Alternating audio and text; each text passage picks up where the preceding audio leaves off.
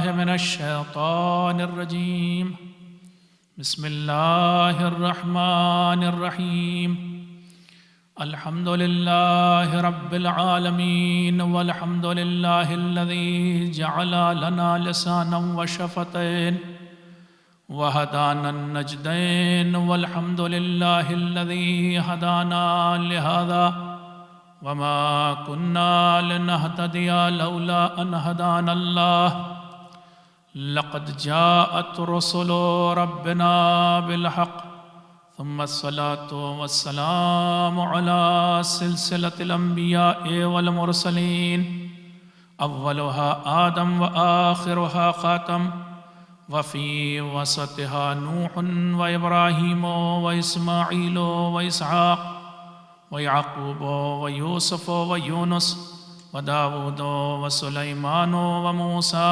وعيسى لا سيما على أشرفهم وأفضلهم سيدنا ونبينا بالقاسم محمد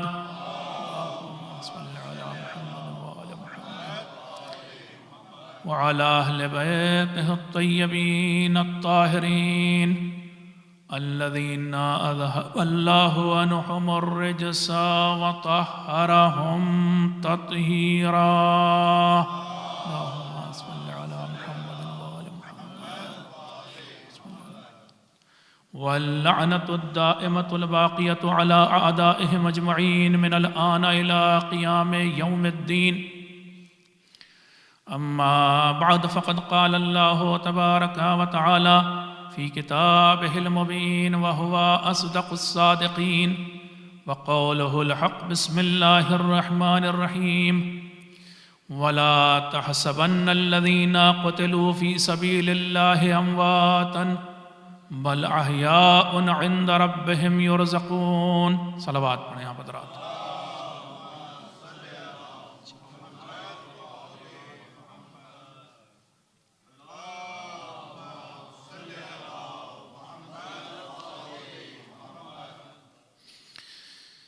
ان 3 مجالس کے لیے میں نے جس موضوع کا انتخاب کیا ہے وہ موضوع ہے شہید اور شہادت۔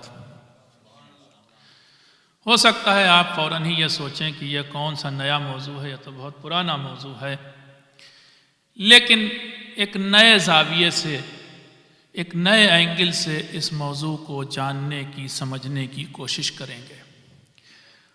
بظاہر یہ واقعاً بڑا سادہ موضوع ہے، بڑا سمپل موضوع ہے، آپ ہمیشہ اس کے بارے میں سنا کرتے ہیں، لیکن ابھی جب اس کی منہ شکافی کریں گے، جب اس موضوع کو اور کھولیں گے تو آپ دیکھیں گے کہ اتنا آسان موضوع نہیں ہے۔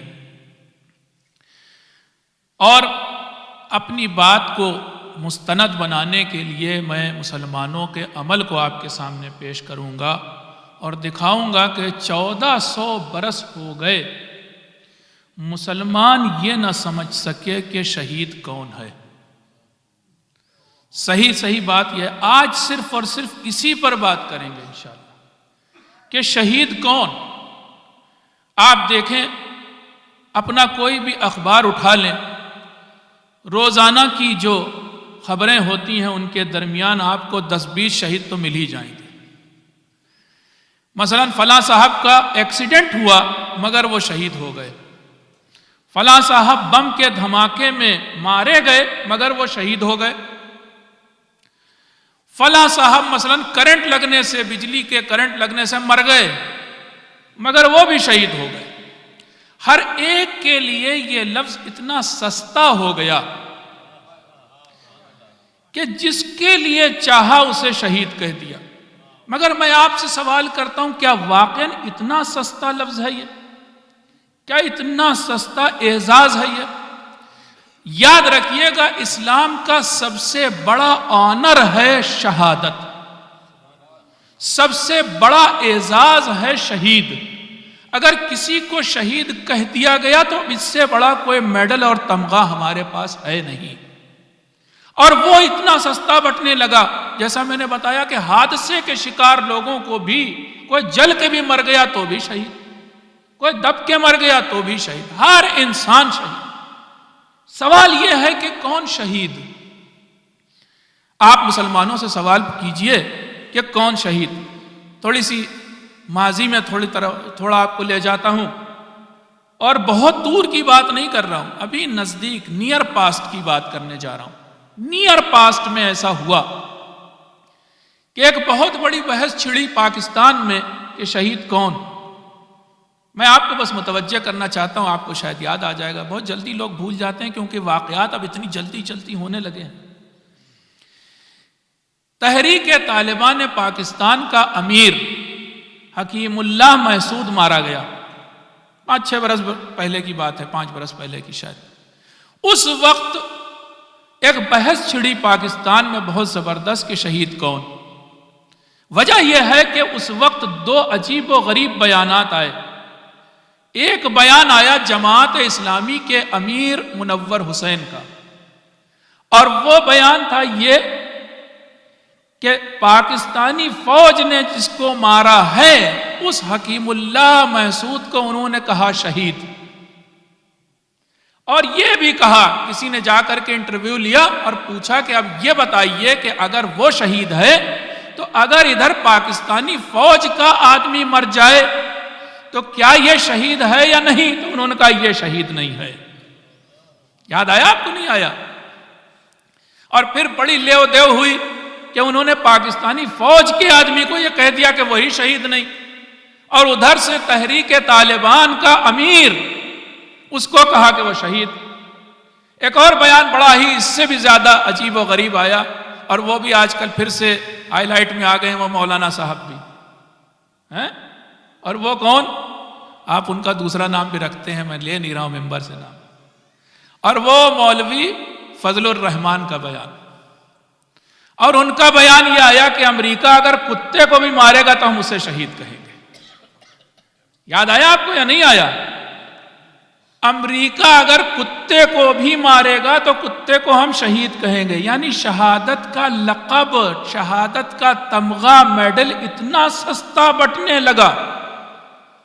سوچئے آپ. اب یہ بات اس وقت بھی بڑی ہوئی کہ بھائی کیا وہ واقعاً شہید ہوگا؟ اب بہت بڑی بحث چھڑی، اور مجھے یاد ہے کہ خوب ادھر سے ادھر سے آرٹیکل بھی لکھے گئے، بڑے چھپے، بڑے انٹرنیٹ پہ آئے، اور ٹیلی ویژن پر بھی خوب بحثیں ہوئی. یاد آیا نہیں آیا آپ کو؟ ایک صلوات پڑھیے اگر یاد آ گیا تو.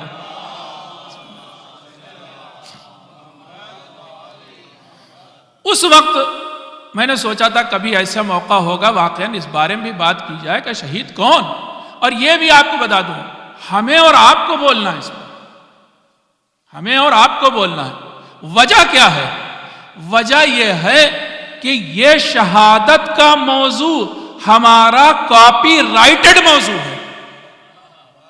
صحیح بتا رہا ہوں. جس امت کے 12 اماموں میں سے 11 امام شہید ہوئے ہوں، وہ بولے گی کہ شہید کون ہوتا ہے، وہ بتائے گی کہ شہادت کسے کہا جاتا ہے. آپ یہ سوچئے وہ جملہ یوں ہی نہیں کہا ہے منہال نے آ کر کے. امام زین العابدین کی خدمت میں آ کے کیا کہا تھا؟ جب روتا ہوا پایا، جب آنسو بہاتا پایا تو امام سے کیا عرض کی منہال نے؟ اے مولا، شہادت تو آپ کا ورثہ ہے. اس کا مطلب یہ ہے کہ اہل بیت کا ورثہ ہے کہ جس کو ایسے ادھر ادھر لے جایا جا رہا ہے، اور جس کو چاہ رہے شہید کہے دے رہے ہیں. میری ملاقات ہوئی ڈیلس میں 3 اہل سنت بھائیوں سے، ان سے بات چیت چھڑی، یہ والا موضوع آ گیا شہادت کا. اور انہوں نے پھر کچھ سوالات کیے، انہیں بھی یہ بات یاد تھی، یہ منور حسین کی اور مولوی فضل الرحمان والی باتیں یاد تھیں. انہوں نے سوال کیا، اچھا یہ بتائیے کہ اگر پاکستانی فوجی کو ہم شہید کہیں تو کیا غلط ہے؟ میں نے کہا یہ تو آپ اپنے مولویوں سے پوچھئے وہ کیا کہہ رہے ہیں. پھر انہوں نے کچھ سوالات پیش کیے، آپ بھی سوچئے اس کے بارے میں. اچھا یہ بھی بتا دیں، آج کی مجلس میں جواب نہیں دینے والا ہوں کہ شہید کون. آج کی مجلس آپ کو سوچنے پر بس مجبور کرنے والی. انہوں نے پوچھا، دیکھیں کئی سچویشن ہے واقعا.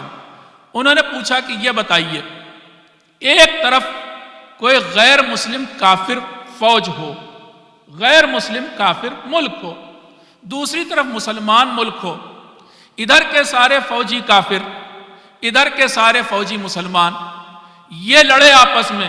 یہ تو بہت آسان ہے سمجھنا کہ ہم کہہ دیں کہ مسلمان جو مارا گیا وہ شہید ہو گیا، یہاں تک تو آسان ہے. لیکن اگر مسلمان لڑیں، دونوں ملک مسلمان ہوں، تو پھر کیا ہوگا؟ ہم کس کو شہید کہیں گے؟ آپ ابھی دیکھیں نا، حالات بن گئے تھے کچھ عرصہ پہلے، قطر اور سعودی عرب میں بہت کھینچا تنی تھی اور کسی بھی وقت جنگ بھی ہو سکتی تھی. اگر یہ دونوں ملک آپس میں لڑ جائیں، خدا نہ کرے ایسا ہو، لیکن اگر ان میں کوئی جنگ ہو جائے تو ادھر ادھر کے لوگ مارے جائیں گے، تو کدھر والے کو آپ شہید کہیں گے؟ دو مسلمان ملک. اچھا، کبھی ایسا بھی ہو سکتا ہے دو کافر ملک ہوں، غیر مسلم ملک ہوں، لیکن ان کے فوجی مسلمان ہوں، پھر کسے آپ شہید کہیں گے؟ یہ ایک اور سیناریو ہے کہ ایسا سین بھی ہو سکتا ہے کہ دو کافر ملک، فرض کر لیجئے کہ مثلا آسٹریلیا اور نیوزی لینڈ پاس ہیں، ان میں آپس میں جنگ ہو گئی. خدا نہ کرے. جنگ سے ویسے میں بہت تنفر رکھتا ہوں، نفرت رکھتا ہوں، چاہے جیسی جنگ ہو. جنگ مجبوری کا نام ہوتا ہے، جنگ کوئی اچھی چیز تھوڑے نہ ہے.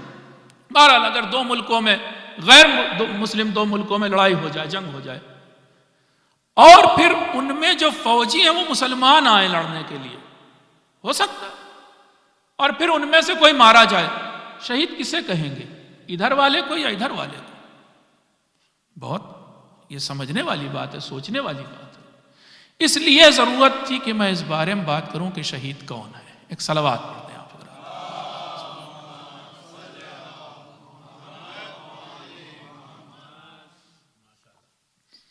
آپ نے اب تک کیا راہ حل سوچا؟ اتنے سارے سیناریوں میں نے دکھا دیے. دو کافر ملک، دو مسلم ملک، ایک مسلم ایک کافر، دو کافر فوجی لیکن اس کے مسلم. ایسی صورت میں کون شہید کہلائے گا؟ اب آئیے میں دکھاتا ہوں ہوا کیا ہے. صرف ابھی یہی دکھا رہا ہوں مشکل کہاں پر ہے، پھر انشاءاللہ حل بعد کی مجلسوں میں پیش کروں گا. خوب غور سے سنیں، توجہ سنیں. اب یہاں سے تھوڑی سی سنجیدہ ہونے جا رہی بات، اور وہ یہ کہ دیکھیے عام طور سے شریعت کا کام کیا ہوتا ہے. شریعت کا کام ہوتا ہے جیسے جملہ نہیں ہوتا ہمارا انگلش کا کوئی سینٹنس یا اردو کا کوئی سینٹنس، اس کے دو پارٹ ہوتے ہیں، ایک سبجیکٹ، ایک پریڈیکیٹ. اس کو اردو میں یا عربی میں کہتے ہیں موضوع. سبجیکٹ کو موضوع، پریڈیکیٹ کو محمول کہتے ہیں. میں مثال بھی دوں آپ کو. سبجیکٹ کیا؟ شراب. شراب سب کو معلوم ہے کیا چیز ہے، اس کو شریعت آگے ڈیفائن نہیں کرتی. اس نے کہا شراب، آپ نے جسے کہا شراب، شریعت نے کہا حرام ہے. یہ موضوع تھا. شریعت کا عام طور سے کہہ رہا ہوں کام یہ ہوتا ہے کہ وہ محمول کو یعنی حکم کو بیان کر دیتی. حکم اس کا یہ ہے کہ یہ حرام ہے. آپ نے ایک اور جملہ پیش کیا، ایک اور موضوع پیش کیا شریعت کے سامنے، کہا سرکہ. وہ بھی اسی رس سے بنا ہے، اسی مثلا انگور کے رس سے یا گنے کے رس سے شراب بنتی ہے، اور اسی سے سرکہ بھی بنتا ہے. آپ نے کہا سرکہ، شریعت نے کہا حلال ہے. یہ موضوع تھا، یہ محمول تھا، یہ سبجیکٹ تھا، یہ پریڈیکیٹ تھا. عام طور سے میں کہہ رہا ہوں عام حالات میں موضوعات واضح ہوتے ہیں. سبجیکٹ جو ہوتا ہے، جو چیزیں ہوتی ہیں، آپ اور بھی لے لیجئے. جوا، آپ نے کہا جیسے جوا، شریعت نے کہا حرام ہے. آپ نے کہا لاٹری، شریعت نے کہا حرام ہے. آپ نے کہا کہ معاملات جس میں سود نہ ہو، شریعت نے کہا حلال ہے. یہ بہت آسان، یہ چیزیں واضح ہیں، لوگ سامنے رکھتے جاتے ہیں، شریعت بتاتی جاتی حرام ہے، حلال ہے، مکروہ ہے. مثال دوں، قرآن مجید سے لاتا ہوں ایک مثال آپ کے سامنے. دیکھیے ہمارے اب میں اردو کلچر کی بات کر رہا ہوں، ہندو کلچر کی بات نہیں کر رہا ہوں. اردو کلچر میں بیٹے کی بیوی کو بہو کہا جاتا، اس معنی میں بہو لیجئے گا آپ. کہا سوتیلے. شریعت نے کہا، پیغمبر اسلام کے منہ بولے بیٹے کا نام زید ابن حارثہ تھا، ان کی بیوی زینب. یہ مثال قرآنی ہے. اچھا، سگے بیٹے کی بیوی بھی بہو کہلاتی ہے. اردو میں دونوں بہو ہیں، منہ بولے بیٹے کی بیوی بھی اور سگے بیٹے کی. یہاں پر موضوع عربوں کے لیے واضح نہیں تھا، دونوں کو بہو بولتے تھے جیسے ہم بہو بولتے ہیں. بہو سے شادی شریعت نے کہا حرام بھی ہے حلال بھی ہے. یہ کیا مطلب؟ ہاں اگر منہ بولے بیٹے والی بہو ہے تو اس سے حلال ہے، لیکن اگر سگے بیٹے کی بیوی والی بہو ہے تو اس سے حرام ہے. اب یہاں پر چونکہ موضوع تھوڑا سا مشکل ہو گیا، ہمیں پتہ ہی نہیں کہ یہ واقعاً بہو ہے یا نہیں اسلام کی نگاہ میں، اس لیے ایک اور مثال دیتا ہوں تاکہ اور واضح ہو جائے بات.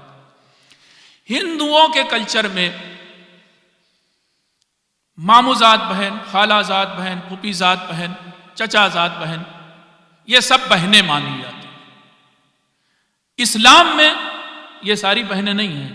ہم اردو کلچر والے، ہم چونکہ ہندوستان میں رہے ہندوؤں کے بیچ میں، تو ہم انہیں بہنیں بولتے ہیں، لیکن اسلام میں یہ ساری بہنیں تھوڑی نہ ماموں زاد، نہ ماموں کی بیٹی، نہ چچا کی بیٹی، نہ خالہ کی بیٹی، نہ پھوپھی کی بیٹی، یہ کوئی بہن نہیں ہے. اس سے شادی ہو سکتی. بہن وہ ہوتی جس سے شادی نہ ہو سکے، محرم ہوتی ہے، اس سے شادی نہیں ہو سکتی. ٹھیک ہے نا؟ اب اکثر ہندو لوگ ہم پر اعتراض کرتے ہیں، تم مسلمانوں میں تو ایسا ہے کہ بہن سے شادی ہو جاتی ہے. کہاں بھائی، بہن سے کہاں شادی ہوتی ہے؟ وہ دکھانا شروع کرتے ہیں، دیکھو پھوپھی کی بیٹی، اس سے شادی ہو جاتی، ماموں کی بیٹی، اس سے شادی، چچا کی بیٹی، اس سے شادی. جواب یہ ہے کہ وہ ہماری نگاہ میں وہ بہن ہے ہی نہیں، تو بہن سے شادی نہیں ہوتی. سگی بہن ہی بہن ہوتی اسلام کی نگاہ میں. سمجھ گئے؟ تو کبھی کبھی موضوع بڑا مشکل ہو جاتا ہے، اس کو بہن کہیں یا نہ کہیں، پہلے یہ طے کر لو، تب پھر محمول آئے گا، تب پھر حکم آئے گا. واضح ہو گئی بات؟ پہلے یہ طے کر لو کہ شہید کون ہے، تب بات کریں گے زندہ ہے یا نہیں ہے. ایک صلوات پڑھ دیں آپ حضرات.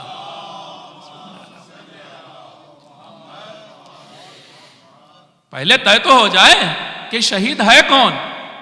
وہ جو چھت سے گرا وہ بھی شہید، وہ جو دب کے مر گیا وہ بھی شہید.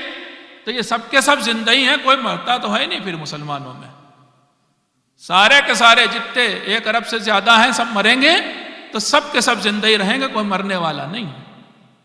لیکن شہادت کیا اتنی سستی بٹنے والی چیز ہے؟ کیا اتنی آسانی سے؟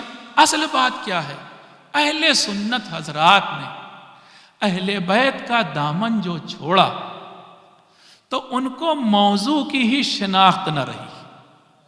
محمول تو چھوڑیے، ابھی موضوع میں ہی گڑبڑا گئے کہ شہید ہے کون. محمول تو اس بار معلوم ہے کہ یہ زندہ ہے، قرآن کہہ رہا زندہ ہے، لیکن مسئلہ یہ ہے کہ ہے کون.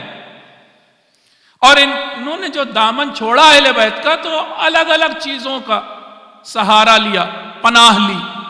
کبھی کہا کہ قیاس سے مسئلے کو حل کر لیں گے. 2 چیزیں ایک جیسی لگیں تو کہہ دو کہ یہ ایک ہی حکم رکھتی ہیں. مثلا جو آدمی محاذ جنگ پہ مارا گیا اور جو آدمی محاذ جنگ پر جا رہا تھا، وہ بھی دونوں کے دونوں شہید ہیں، ایک جیسے لگ رہے ہیں.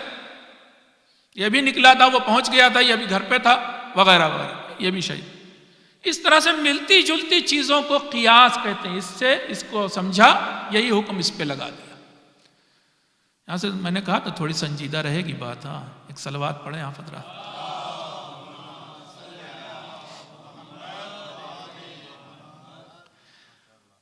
اب کیا ہوا؟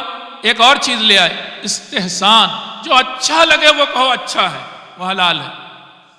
جو اچھا لگے. اہل بیت کے پاس نہ جاؤ، باقی ادھر ادھر جو دیکھنے میں اچھا لگے. کرنٹ لگ کے مر گیا، یہ اچھا لگ رہا ہے، 21 سال کا تھا جوان، ہائے ہائے کیا موت ہوئی، بس اس کو پھر کہہ دو یہ شہید ہے. استحسان، دیکھنے میں جو چیز اچھی لگے. اس دیکھنے کے چکر میں بہت ساری چیزیں ہو گئی ضروری. الصلاۃ خیر من النوم سننے میں بڑا اچھا لگتا ہے، دیکھنے میں بڑا اچھا ہے، اس لیے اسے اذان کا جز بنا دو. ایک نماز لے آؤ، سب مل کے پڑھیں ماہ رمضان میں، سب ایک ساتھ کھڑے ہوں، جماعت ہو، نام بھی رکھ دو اس کا ایک تراویح، دیکھنے میں بڑا اچھا لگتا ہے. چلو 30 پارے تو ہو جائیں گے، یہ اپنی طرف سے شامل کر دو. استحسان ہے. جمعے کے دن اسپیشل دن ہوتا ہے، ایک اذان کافی نہیں ہے، 2 اذان دو، اچھا لگتا ہے۔ استحسان اچھا لگا، جمعہ کے دن 2 اذانیں ہو گئی، 2 اذانیں دی جاتی ہیں۔ اس طرح سے بہت ساری چیزیں خراب کر دی۔ میں بس مثالیں اس لیے دے رہا ہوں کہ آپ کی سمجھ میں آئے، تھوڑا تھوڑا ذہن اس کے قریب لانا چاہ رہا ہوں کہ جہاں تک پہنچنا ہے ہمیں۔ تو استحسان کا سہارا لے لیا۔ ایک اور چیز اب چلی ہے نئی، وہ 10 برس 15 برس سے، شاید آپ نے اس کا نام بھی نہ سنا ہو، مقاصد شرعیہ۔ اجتہاد جو ہمارے یہاں ہے شیعوں میں، اس سے تو بڑی الرجی ہے۔ اجتہاد کا دروازہ بند، ہم اجتہاد نہیں کریں گے۔ وہ 4 امام جو تھے بس اس تک اجتہاد ہوتا تھا، اس کے بعد اجتہاد کا دروازہ بند۔ اب اجتہاد کا دروازہ تو کر دیا بند، اب آج کے نئے موضوعات کا کیا کریں؟ نئی چیزیں آ رہی ہیں، بلڈ ڈونیشن ہو یا نہ ہو، آرگن ڈونیشن ہو یا نہ ہو، کلوننگ ہو یا نہ ہو، تو اب اجتہاد کو بند کر دیا۔ اب اس جیسا ملتا جلتا ایک نیا پھاٹک کھول دیا، ایک نیا دروازہ کھول دیا، جس کا نام رکھا مقاصد شرعیہ۔ اس سے طے کریں گے ہم کہ یہ حرام ہے یا حلال ہے۔ کل ملا کر کے کہوں آپ سے، معصوم کا دروازہ چھوڑ دیا، خطا اجتہادی کا دروازہ پکڑ لیا۔ ایک صلوات پڑھ دیں آپ حضرات۔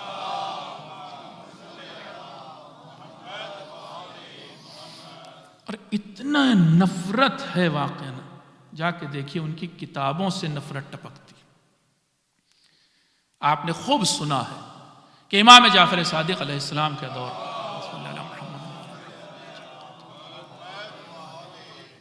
وہ دور تھا کہ جس میں 4000 شاگرد ان کے درسگاہ میں ان کی پڑھتے تھے۔ 4000 شاگرد، جس میں ان کے ایک امام بھی، امام ابو حنیفہ بھی تھے۔ پڑھتے تھے یا نہیں پڑھتے تھے؟ ان کے 50 سال بعد ابو حنیفہ پیدا ہوئے۔ وہ دور ہمارے آخری اماموں کا دور، 10ویں 11ویں 12ویں اماموں کا دور بھی پایا اس نے، کیونکہ 256 ہجری میں مرا بخاری۔ لیکن ایک روایت اس نے امام جعفر صادق علیہ السلام سے نقل نہیں کی۔ ایک روایت کس سے نقل کی؟ ناصبیوں سے نقل کی، خوارج سے نقل کی، نہیں نقل کی تو امام جعفر صادق علیہ السلام سے۔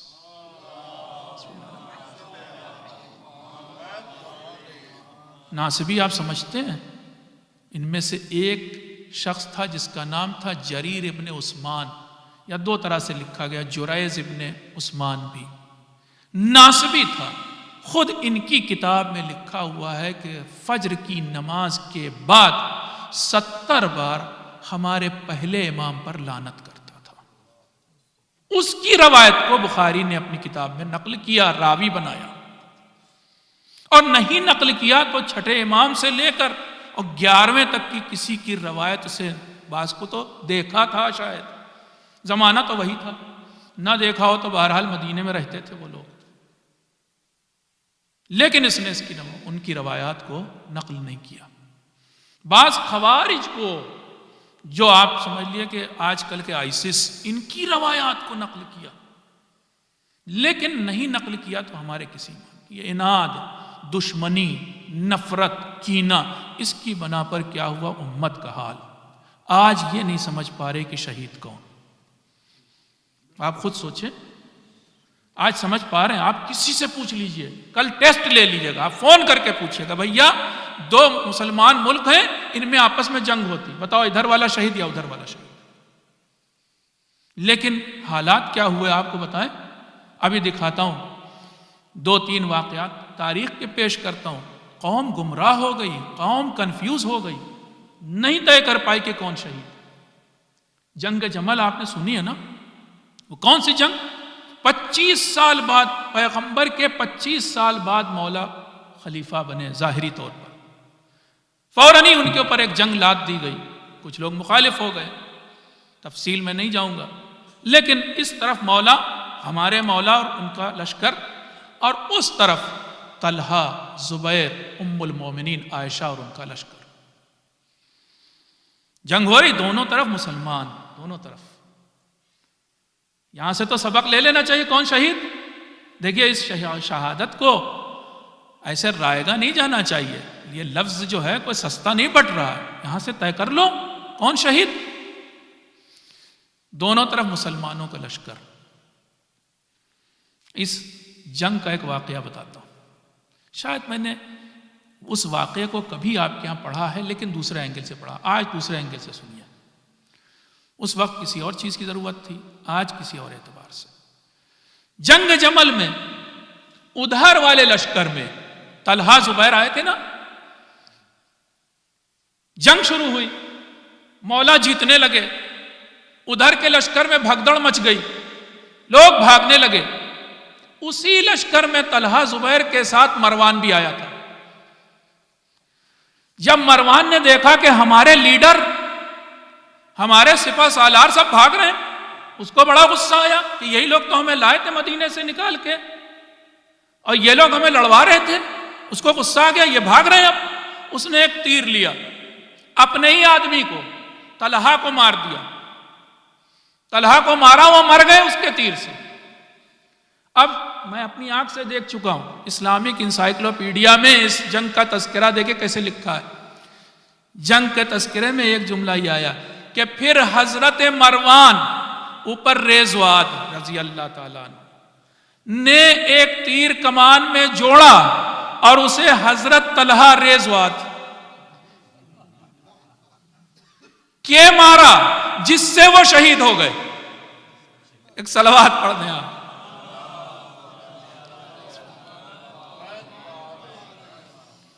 چلو اب تو یہ دو لشکر کی بھی بات نہیں رہی، اپنے ہی لشکر میں دے مارو. ایک تیر دو، وہ گیا شہادت پایا، گیا جنت. آپس میں ہی طے کر لو سب، تو پھر جنت یہیں بانٹ لو. لیکن اب یہ دیکھیں یہ اس طرح سے تاریخ کا کیا حال کیا. ایک اور واقعہ، پھر امیر المومنین علیہ السلام کا دور اور جنگ صفین. اس طرف کون؟ امیر شام معاویہ. ادھر کون؟ امیر المؤمنین علی ابن ابی طالب علیہ السلام.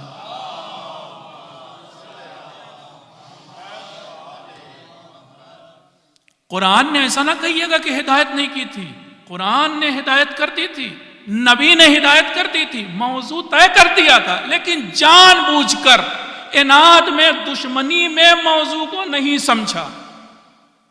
دکھاؤں آپ کو، قرآن کہہ رہا ہے سورہ حجرات آیت نمبر 7 یا 8، وَإِن طَائِفَتَانِ مِنَ الْمُؤْمِنِينَ اقْتَتَلُوا فَأَصْلِحُوا بَيْنَهُمَا. سنو، جب مومنین کے دو گروہ آپس میں جنگ کریں، اب تو طے ہو گیا نا، دونوں مومنین کے گروہ ہو گئے. وَإِن طَائِفَتَانِ مِنَ الْمُؤْمِنِينَ اقْتَتَلُوا فَأَصْلِحُوا بَيْنَهُمَا. تو ان کے بیچ جب یہ ٹکرائیں، دو مسلمانوں کے لشکر آپس میں ٹکرائیں تو ان کے بیچ صلح کرواؤ. ابھی بات ختم نہیں ہوئی. فَإِن بَغَتْ إِحْدَاهُمَا عَلَى الْأُخْرَى فَقَاتِلُوا الَّتِي تَبْغِي إِلَى اللَّهِ حَتَّى تَفِيَ إِلَى أَمْرِ اللَّهِ. اور اگر دیکھو ان دونوں کو تم نے سمجھایا بجھایا، صلح کرانی چاہیے، لیکن یہ صلح پر نہیں تیار ہوا ہے اور ایک گروہ نے دوسرے گروہ پر حملہ کر دیا، چڑھائی کر دی، تو اب جس نے چڑھائی کی ہے اس گروہ کے خلاف تم سب مسلمانوں کو لڑنا ضروری ہے. فَقَاتِلُوا الَّتِي تَبْغِي، اس سے لڑو کہ جس نے بغاوت کی ہے، حَتَّى تَفِيَ إِلَى أَمْرِ اللَّهِ، یہاں تک کہ وہ باغی گروہ وہ اللہ کا حکم ماننے لگ جائے. قرآن نے ہدایت کی تھی نا، ایسا سیناریو پیش کیا تھا، دو مسلمانوں کے گروہ لڑ رہے ہوں آپس میں. اب یہاں پر کون سچ ہے کون غلط ہے؟ صفین میں کیا ہوا میں نے بتایا، ادھر امیر شام معاویہ کا لشکر، ادھر امیر المومنین کا لشکر. اس کے لیے پہلے سے ہی موضوع کو مشخص کر دیا تھا پیغمبر اسلام صلی اللہ علیہ وآلہ وسلم.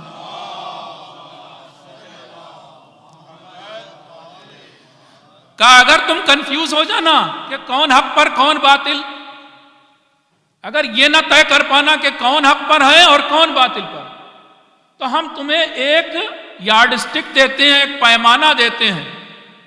تم اس پیمانے سے سمجھ لینا کون حق پر ہے، ادھر والے شہید ہوں گے اور جو باطل والے ہوں گے وہ سب کشتے ہوں گے۔ پیغمبر نے کیا پیمانہ دیا؟ جناب عمار سے پہلے ہی کہا یا عمار تقتلک الفئۃ الباغیہ، اے عمار تم کو باغی گروہ قتل کرے گا۔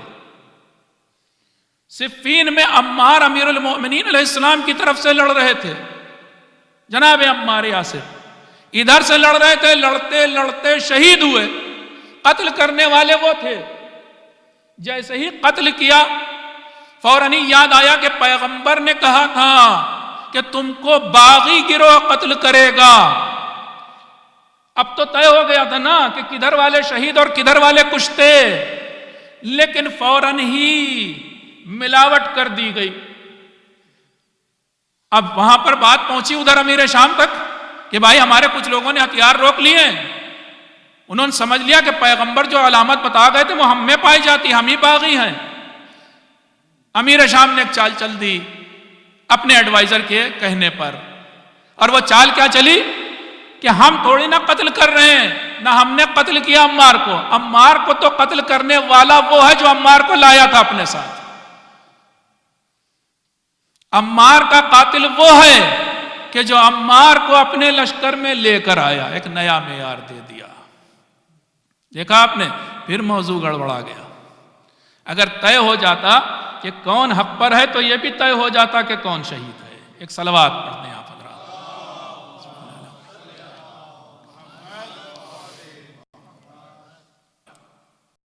صحابی کی تعریف کیا رہی بھائی؟ صحابی لفظ بنا ہے صحابہ، سواد ہے بے سے۔ آپ اردو میں لفظ صحبت، بچوں سے کہتے ہیں بری صحبت میں نہ پڑ جانا، صحبت اسی سے بنا صاحب کہ کسی لڑکے کے ساتھ دیکھ لیں تب کوئی ضروری تھوڑی نہ کہ اس بچے کی، آپ کے بچے کی اس بچے سے دوستی ہے۔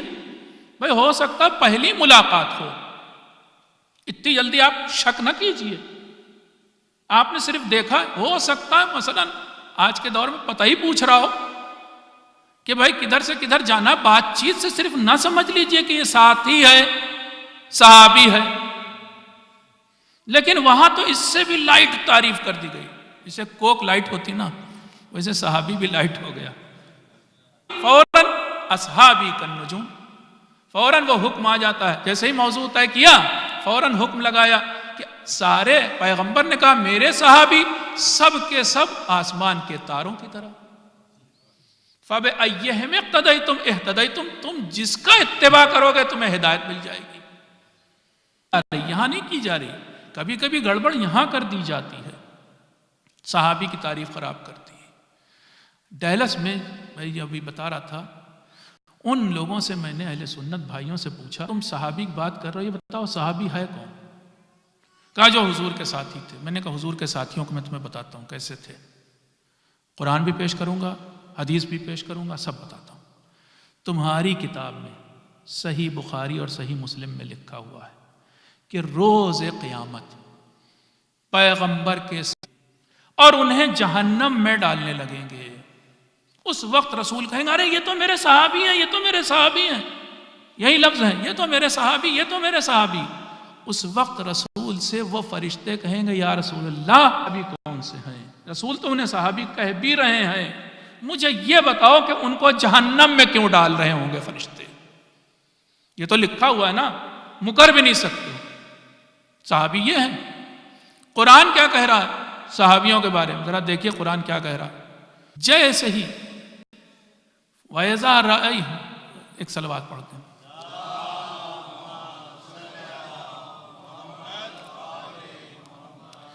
جیسے ہی وہ کوئی تجارت ہوتے دیکھتے ہیں یا دیکھتے ہیں یا دیکھتے تھے،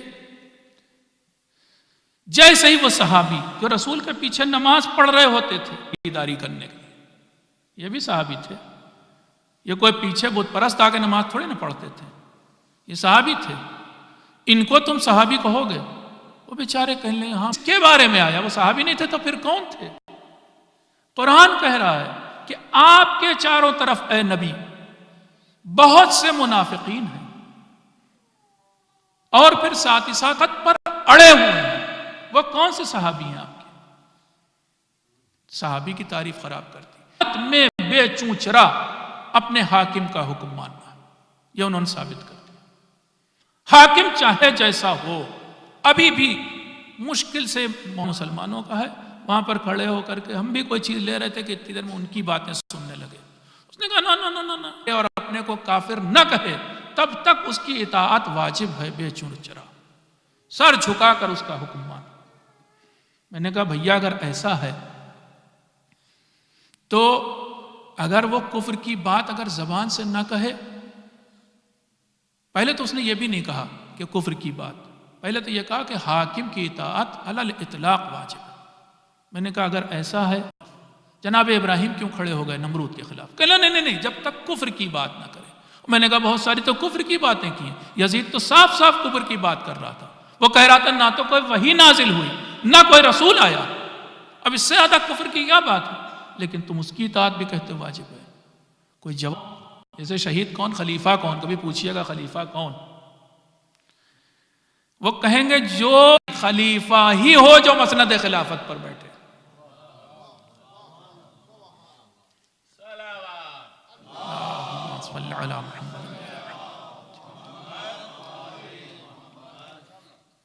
کل ملا کر کے یہ دیا مخلوط کر دیا کہ اب آپ کے لیے سمجھنا مشکل ہو گیا کہ کیا سچ ہے کیا جھوٹ. تعریف بھی خراب کر دی. ہر تعریف جو کہاں تک لے گئے شہید کو. میں ایک آدھ روایت سناتا ہوں تاکہ آپ تھوڑا سا محظوظ بھی ہوں. روایت کس کی؟ راوی ابو ہریرہ. شہادت کے بارے میں بات کر رہے ہیں، شہید کون؟ کہا کہ رسول خدا، میں روایت پر کوئی تبصرہ نہیں کر رہا ہوں، آپ کو صرف سنا رہا ہوں. رسول خدا نے فرمایا، ایک روز اپنے اصحاب سے پوچھا تمہاری نگاہ میں من قتل فی سبیل اللہ، اے رسول خدا جو اللہ کی راہ میں قتل کیا جائے وہ شہید ہے؟ اب رسول کیا جواب دے رہے ہیں؟ اس طرح سے تو ہماری امت میں بہت کم شہید رہ جائیں گے، یعنی زیادہ تعداد ہونی چاہیے، اس طرح سے تو ہماری امت میں پھر بہت کم شہید رہ جائیں گے. کہا پھر یا رسول اللہ؟ کہا جو اللہ کی راہ میں قتل کیا جائے وہ بھی شہید، جو اللہ کی راہ میں مر جائے وہ بھی شہید، جو طاعون سے مر جائے وہ بھی شہید، اور جو، اب میں لفظ عربی کا پڑھ رہا ہوں، مطبون ہو وہ بھی شہید. اب مطبون، ایک طاعون والے کو کہا مطعون اور اگلے والے کو کہا مطبون، اور یہ روایت پھر آگے بھی آئی ہے. اور وہاں پر کہا کہ رسول نے فرمایا کہ 5 لوگ شہید. اس میں کون کون؟ اس میں کہا کہ من قتل فی سبیل اللہ، الشہید فی سبیل اللہ، بلکہ یہ لفظ ہے، جو اللہ کی راہ میں شہید ہو وہ شہید ہے. اچھا دوسرا کون؟ مطعون شہید ہے. اچھا تیسرا کون؟ مطبون شہید ہے. ان دونوں کو سمجھائیں گے ابھی ہم. مطعون شہید، مطبون شہید. اور کون؟ وہ کہ جو غرق ہو کے ڈوب کے مر جائے. ہمارے ہاں تو محاورہ ڈوب کے مر جاؤ. ایک صلوات پڑھیں آپ حضرات. بسم اللہ الرحمن الرحیم. جو ڈوب کے مر جائے وہ بھی شہید. جو ملبے میں دب کر چھتوت گر جاتی نا، جو ملبے میں دب کر مر جائے وہ بھی شہید. 5 ہو گئے اب تو، پہلے والی میں 4 تھے. اب وہ مطعون اور مطبون کو سمجھاتا ہوں، اور زیادہ اس سے زیادہ دلچسپ ہے. ہاں مطعون، علماء نے ان کے اس کو ڈیفائن کیا، مطعون وہ ہے جو طاعون کا شکار ہو، پلیگ کا شکار ہو جائے. ایک بیماری آتی تھی پہلے، وبا آتی تھی، طاعون کہی جاتی تھی، جو ایک گاؤں میں آئی تو گاؤں کے گاؤں سب ویران ہو جاتے تھے، سب لوگ مر جاتے تھے، وہ سب کے سب شہید. اگلا والا بڑا دلچسپ ہے، مطبون وہ کہ جو پیٹ کی بیماری میں مر جائے. اب علماء نے آگے اس کی ان کے تشریح کی کہ پیٹ کی بیماری کون سی. اب کیا کریں، جو انہوں نے تشریح کی وہی پڑھ رہا ہوں. اگر اسے دست آ جائے اور وہ مر جائے تو وہ بھی شہید. ایک صلوات پڑھ دیں آپ.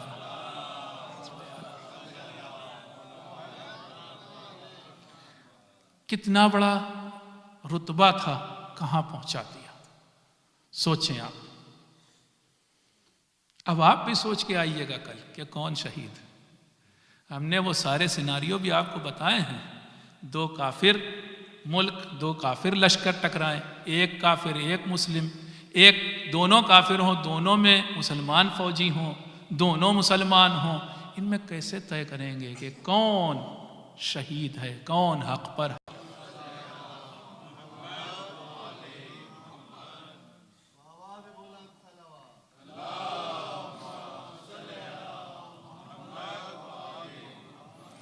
بس عزیزو، یہ روایات آپ کے سامنے پڑھنی تھی اور یہ بتانا تھا کہ شہید کے رتبے کو اتنا گرا دیا، اتنا ڈائلیوٹ کر دیا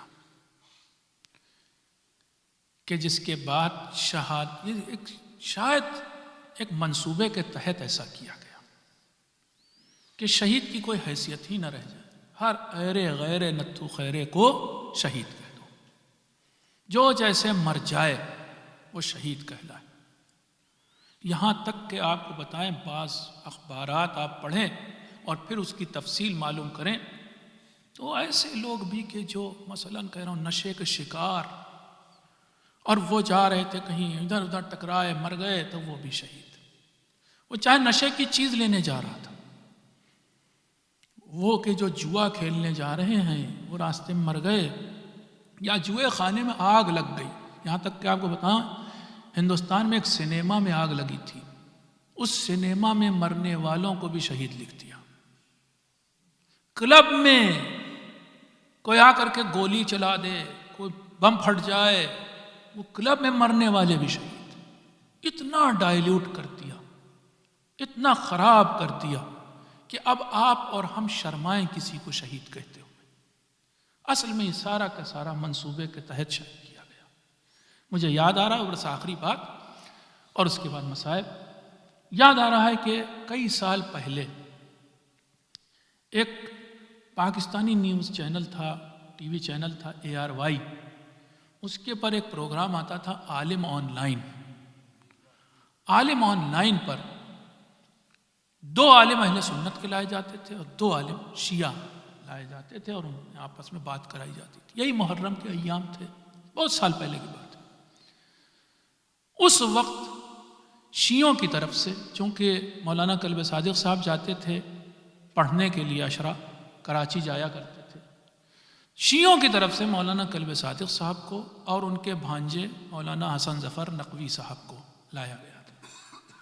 سنیوں کی طرف سے ایک صاحب، کوئی بہت مشہور چہرہ نہیں تھے، شاید ہوں آپ جانتے ہوں مجھے انہیں، لیکن میں ایک کو ہی بس پہچانتا تھا، اور سنیوں کی طرف سے ڈاکٹر اسرار احمد لائے گئے، اور بحث کس ٹاپک پر؟ شہادت کے ٹاپک پر، کیونکہ محرم کے ایام تھے۔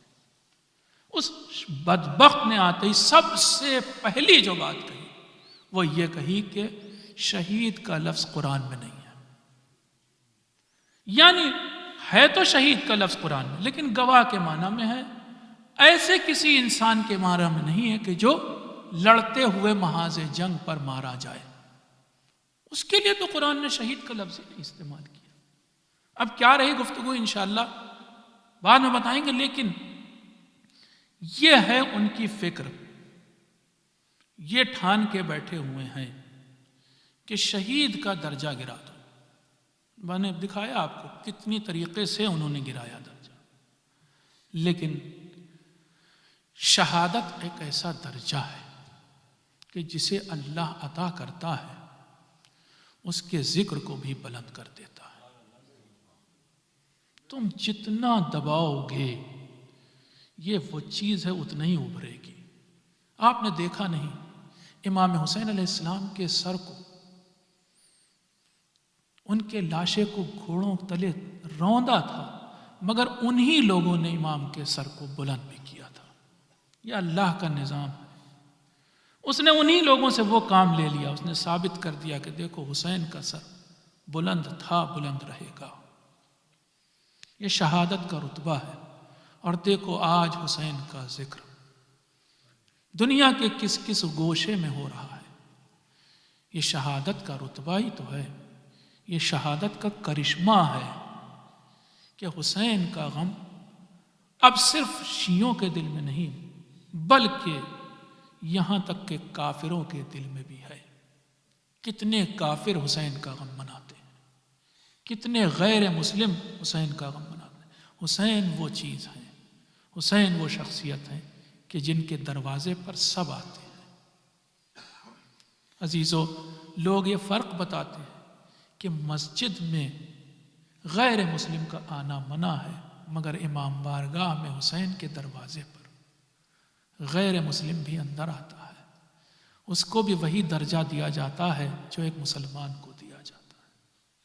حسین سب کے دلوں پر راج کرتے ہیں، ایک درجہ شہادت کا اور ایک درجہ اگر ہم اور آپ سمجھیں اور غور کریں تو اسارت کا، اسیروں کا بھی بڑا درجہ ہے۔ وہ کہ جو اللہ کی راہ میں اسیر ہوئے ہوں، ان کا درجہ بھی آپ نے دیکھا نہیں۔ یہ 40 کے لیے جو لوگ جا رہے ہیں نا، یہ حسین کی یاد میں نہیں، یہ 40 میں جو لوگ حسین کی قبر پہ گئے تھے ان کی یاد میں جا رہے ہیں، وہ اسیر کے جو آزاد ہو کے گئے تھے حسین کی قبر پہ۔ عزیزو، آج میں پڑھتا ہوں کہ یہ اسیر کیسے پہنچے تھے شام تک، کل انشاءاللہ پڑھوں گا کہ کیسے ان کی رہائی ہوئی تھی، اور پھر پرسوں چہلم کے دن کس طرح یہ قبر پر پہنچے تھے۔ آئیے بتاؤں آپ کو کہ کس طرح سے شام پہنچے تھے۔ روایت کی لفظیں پڑھیں ہم آپ کے سامنے۔ حتیٰ تقشرت جلودہم، اتنے راستے میں اتنی دھوپ سہی تھی، ایسا راستہ تھا جنگل و بیابان سے، ریگستان سے گزرتے ہو، سر پر بس سورج چمکتا تھا، پورے راستے انہیں سایہ نہیں دیا گیا تھا۔ 1100 میل کا سفر تھا، 1100 میل کلومیٹر نہیں، 1100 میل کا سفر تھا کربلا سے کوفے ہوتے ہوئے شام کا۔ اس 1100 میل میں سایہ نصیب نہیں ہوا تو اس کا نتیجہ کیا ہوا؟ حتیٰ تقشرت وجوہہم، یہاں تک کہ ان کی کھال نے ان کا چہرہ چھوڑ دیا تھا۔ یہ تو میں نے ترجمہ کیا، ویسے صحیح آپ کو بتاؤں، عربی زبان میں قشر کا مطلب ہوتا ہے چھلکا، تقشرت اسی سے بنایا ہوا ایک فعل ہے، یعنی کھال چہرے کی ویسے اتر گئی تھی جیسے پھل سے چھلکا اتار دیا جاتا ہے، کھال نے چہرہ چھوڑ دیا تھا۔ وَتَغَيَّرَتْ أَلْوَانُهُمْ، اور ان کے رنگ بدل گئے تھے، جھلس گئے تھے وہ لوگ کہ جو شام تک پہنچے تھے۔ وَاقْتَرَحَتْ أَجْفَانُهُمْ، یہ رونے کی معراج ہوتی، آدمی روتا نا اس کی آنکھیں سرخ ہو جاتی، لیکن لگاتار روتا رہے تو اس کی آنکھیں زخمی ہو جاتی ہیں، آنکھوں سے خون ٹپکنے لگتا ہے۔ یہاں پر وہی لفظ استعمال ہوا، وَاقْتَرَحَتْ أَجْفَانُهُمْ، ان کی آنکھیں تو زخمی ہو چکی تھی، خون ٹپک رہا تھا۔ یہ آنکھوں کا حال تھا، اور اس کے بعد گوشت کا کیا حال تھا؟ وَأُذِيبَتْ لُحُومُهُمْ، ان کا گوشت گل چکا تھا۔ وَنَحِلَتْ جُسُومُهُمْ، اور وہ لاغر ہو گئے تھے، ہڈی کا ڈھانچہ ہو گئے تھے وہ قیدی۔ اب ان قیدیوں کو بھی زنجیروں میں جکڑا ہوا تھا، ان قیدیوں کو بھی رسن میں جکڑا ہوا تھا، لے جا کر کے قید کر دیا گیا قید خانہ شام میں۔ آپ سنتے ہیں نا کہ ان کی دربار میں پیشی ہوئی، لیکن آپ کو صحیح بتاؤں، ان کی ایک بار نہیں کئی بار دربار میں پیشی ہوئی۔ یزید جب چاہتا تھا ان کا دل دکھانا تو انہیں دربار میں بلاتا تھا۔ ایک بار اس طرح سے بلایا کہ اس نے اپنے دربار کے محل کے دروازے پر حسین کا سر لٹکا دیا، حکم دیا حسین کا سر لٹکا دیا جائے۔ اس کے بعد سپاہیوں کا حکم دیا کہ جاؤ اور قید خانے سے خواتین اور بچوں کو لاؤ، سید سجاد کو لاؤ۔ عزیزو، جب سیدانیاں اس دروازے پر پہنچی اور انہوں نے دروازے پر اس سر کو لٹکا ہوا دیکھا، اس طرح سے روئیں کہ کوہرام بپا ہو گیا، اتنی آواز بلند ہوئی کہ محل کے اندر یزید کی بیوی نے سنی۔ اس کو بتایا گیا کہ آج اس لیے قیدی رو رہے ہیں کیونکہ حسین کا سر دروازے پہ لٹکا دیا گیا. بس وہ دوڑتی ہوئی آئی بے ساختہ. دربار میں یزید بیٹھا تھا, اس کے درباری بیٹھے تھے. دوڑتی ہوئی آئی اور آ کر کے پوچھا, اے یزید, کیا آج میرے دروازے پر حسین کا سر لٹکایا گیا؟ آقا حسین کا سر لٹکایا گیا؟ یزید کہتا ہے کہ ہاں لٹکایا گیا, مگر تجھے یہ خیال کرنا چاہیے تھا کہ دربار میں سب بیٹھے ہیں, ارے اپنے سر پر چادر تو ڈالنی ہوتی. اور جب اسے کچھ نہیں دکھائی دیا تو اپنی عبا لے کر کے اس نے اپنی بیوی کے سر پہ ڈال دی. یہ منظر علی کی بیٹی دیکھ رہی تھی. ارے جس کے گھر سے پردہ نکلا ہو وہ بے پردہ رہے, اور جس نے دوسروں کو پردے کا سبق دیا ہو ان کے سر پر پردہ ڈالا جائے. یہ ایک پیشی تھی دربار میں. عزیزو, ایک پیشی اور پڑھتا ہوں اور آپ کی زحمت تمام. ایسی ایک پیشی تھی, قیدیوں کو دربار میں لایا گیا. اب جو قیدی کھڑے ہوئے, یزید تخت پر بیٹھا تھا, اس کی نگاہ ایک چھوٹی سی بچی پر پڑی. شاید بچی کے چہرے کا رنگ دھوپ میں جھلس کر اور بدل چکا تھا, پہچان نہ سکا. پوچھا من ہذہ, ارے یہ بچی کون ہے؟ جواب ملا یہ حسین کی یتیمہ سکینہ ہے. بس جیسے ہی اس نے یہ سنا, سر سامنے رکھا تھا, پوچھنے لگا, میں نے سنا ہے تیرا باپ تجھے بہت چاہتا تھا. میں تب جانوں تیرا باپ تجھے چاہتا تھا جب یہ سر اٹھ کر کے تیری آغوش میں آ جائے. عزیزو, ننھا سا دامن تھا کہ جس میں آگ لگ چکی تھی, ادھ جلے دامن کو پھیلایا اور ایک بار باپ کی طرف حسرت کی نگاہ سے دیکھا. اے بابا, اس وقت محبت کا امتحان ہے. اے بابا دیکھیے میری لاج رکھ لیجئے. ارے اتنا کہنا تھا کہ سر اٹھا اور بچی کی آغوش میں آ گیا. بچی کی آغوش میں آنا تھا, بچی نے رخسار اپنے سر میں رخسار پر رکھ دیے, لب لب پہ رکھ دیے حسین کے, اور اب جو بکا کرنا شروع کیا تو ایک کوہرام بپا ہو گیا. دربار یزید میں ہی مجلس حسین برپا ہو گئی.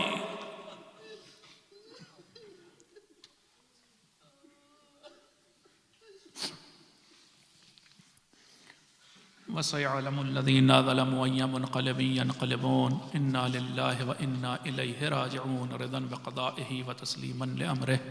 اللهم اغفر للمؤمنين والمؤمنات والمسلمين والمسلمات الأحياء منهم والأموات وتابع بيننا وبينهم بالخيرات إنك مجيب الدعوات إنك قاضي الحاجات إنك على كل شيء قدير.